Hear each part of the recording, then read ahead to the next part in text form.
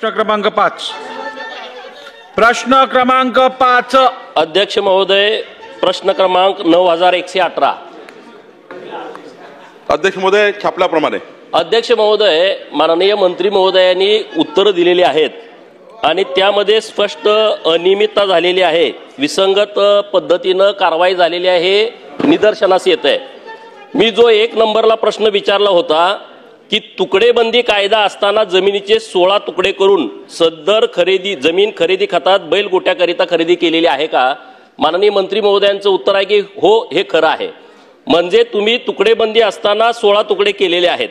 आणि दुसरा प्रश्न आहे की मालेगावमध्ये स्टॅम्प वेंडर जाकीर व आरिफ अब्दुल लतीफ या दोन्ही साथीदारांनी मिळून जमिनीवर रहिवासी बांधकाम केले व त्याची विक्री करून खरेदीदारांची व शासनाची फसवणूक केल्याचे निदर्शनास येत आहे. आणि ह्याला उत्तर असं दिलंय की बाबा DDR साहेबांनी सांगितलं की हे काय खरं नाही. आता त्याच्या पुढे गेल्यानंतर तिसरा प्रश्न आमचा असा आहे की जवळपास 1600 बैलगोट्यांची नोंद आहे आणि या बैलगोट्यांना तुम्ही बांधकाम परवाना देण्याची आवश्यकता होती आणि उत्तरामध्ये दिलं की आम्ही बांधकाम परवाना कुठलाही दिलेला नाही. आणि म्हणून माझं माननीय मंत्री महोदयांच्याकडं स्पेसिफिक प्रश्न आहेत.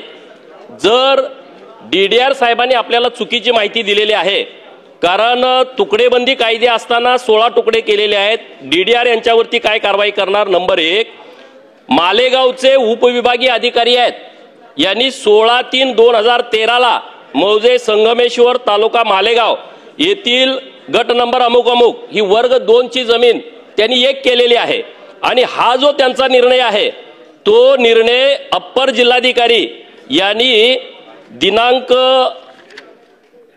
14/2/2023 ला रद्द केलाय. म्हणजे उपविभागीय अधिकाऱ्यांनी चुकीच्या पद्धतीनं परवानगी दिली होती, वर्ग भोगवटदार 2 ची जमीन 1 केली होती आणि अप्पर जिल्हाधिकाऱ्यांनी त्यांनी रद्द केलेली आहे. आणि मग ही विसंगती आहे. माननीय उपविभागीय अधिकारी जे 2013 ला होते त्यांच्यावरती आपण कारवाई काय करणार आहात? नंबर 1. नंबर 2, DDRने आपल्याला चुकीची माहिती दिली त्याबद्दल DDR वरती आपण कारवाई काय करणार आहात? आणि मग तुम्ही जे 2 जण आहेत ज्यांनी ही जमीन फसवून लोकांना दिलेली आहे त्यांच्यावरती आपण फौजदारी गुन्हे दाखल करणार आहात का?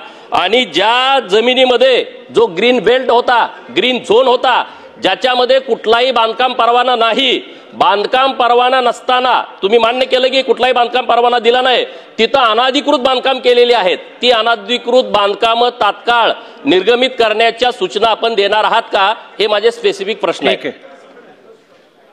माननीय अध्यक्ष महोदय, माननीय गोपीचंद पडळकर यांनी अत्यंत महत्त्वाचा प्रश्न या सभागृहात आणला आहे.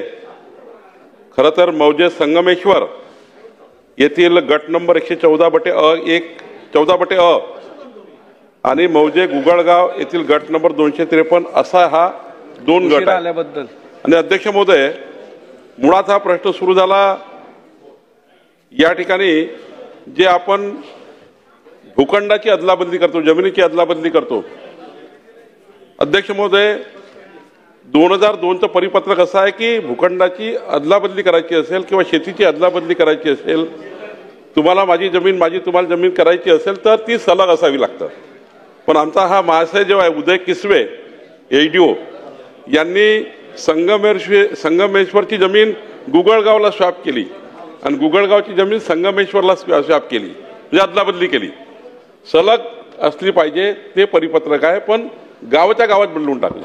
आणि त्यामुळं उदय किसवे जो आमचे उपविभागीय अधिकारी आहे यांना आम्ही निलंबित करतो आहे आणि यांना निलंबित करून याची 1 महिन्याच्या विभागीय चौकशी करून पुढचे याची कडक शिक्षा याच्यावर आम्ही पुन्हा करणार आहोत. दुसरं अध्यक्ष महोदय, या ठिकाणी गोपीचंदजींनी सांगितलं जे सुरुवात इथं झाली आहे या जमिनीची, मग त्याचे 16 विभाग पडले, मग त्यावर जवळपास 272 त्या ठिकाणी तुकडे पडले.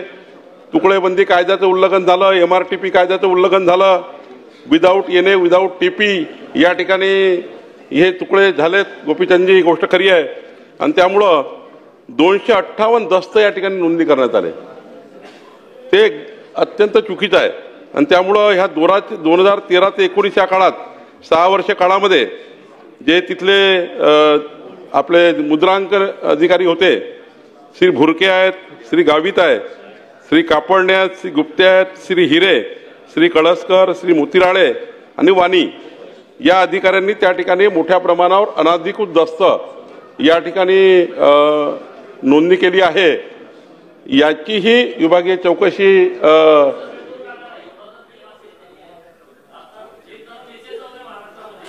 ज्या पद्धतीनं जे अधिकारी काम करतायत तर हे सगळं आता स्पष्ट झालंय की यांनी चुकीच्या पद्धतीनं त्यांच्या अधिकाराचा गैरवापर केलेला आहे। तर यांच्यावर पण निलंबनाची चौकशी करा, निलंबनाची कारवाई करा आणि त्यांची चौकशी लावा, ही माझी मागणी आहे आपल्याकडं।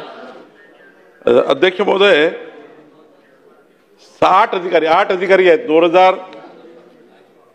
2013 ते 19 या काळातल्या 8 या ठिकाणी मुद्रांक अधिकाऱ्यांनी या चुका केल्या आहेत। मी उपविभागीय अधिकारी एडीओला निलंबित केला आहे, पण मला माननीय गोपीचंदजीला विनंती करायची आहे की या 7 दिवसामध्ये या 8 अधिकाऱ्यांनी कुठले कुठले दस्त कसे कसे त्या ठिकाणी चुकीचे नोंदवले आहे याची संपूर्ण विभागीय चौकशी करून किंवा प्रायमरी, आता तर विभागीय चौकशीला वेळ लागतो 1.5 महिना 2 महिने, प्राथमिक चौकशी करून अधिवेशन संपण्यापूर्वी याबद्दलची जी पुढची कारवाई ती पूर्ण करू, ती सभागृहाला मी जाहीर करील।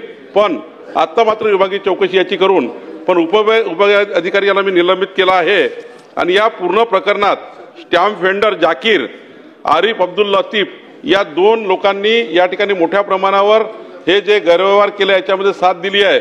त्यामुळं या गैरव्यवहारामध्ये जे जे लोक असतील त्या सर्वांवर फौजदारी कारवाई करण्यात येणार आहे। पुढे प्रश्न क्रमांक 6